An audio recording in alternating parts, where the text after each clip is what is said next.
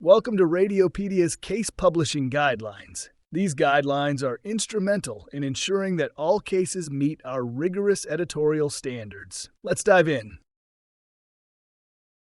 When uploading a case, it's essential to follow these guidelines. This ensures the high quality and consistency of the cases on Radiopaedia. First, make sure you have permission from your institution to upload the case. Each institution has different rules, so check your local guidelines. The images you upload must be free of copyright restrictions or belong to you. Plagiarism of images or text is not acceptable. All cases must be completely de-identified to protect patient confidentiality.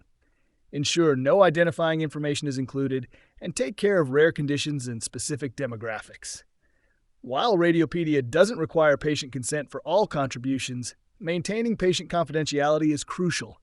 Some cases, for example clinical photographs, require consent. If in doubt, obtain informed consent and send a copy to privacy@radiopaedia.org. Then note there is informed consent in your case discussion. High-quality images are essential. Use packs to export images and avoid taking photos of screens. For cross-sectional imaging or DSA, upload images as a stack with 20 to 70 images per stack. Ensure images are cropped appropriately, and the abnormality is easily visible with optimum windowing and levels.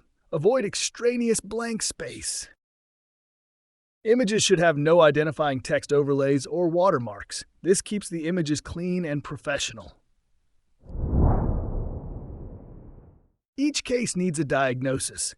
Use the diagnostic certainty slider and provide details if the diagnosis is histological or presumptive. The imaging modality should be appropriate for the diagnosis. If using an atypical modality, note this in the case discussion. Highlight the salient features of the study findings. This helps others understand the case better, and remember to annotate the findings. Adding questions can make your case more engaging. The discussion section is optional, but can be helpful for complex cases.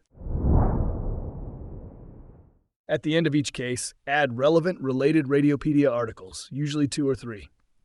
By following these guidelines, you help us maintain the high quality of Radiopaedia's case library. Thank you for watching and happy contributing. We look forward to seeing your case on our edit list soon.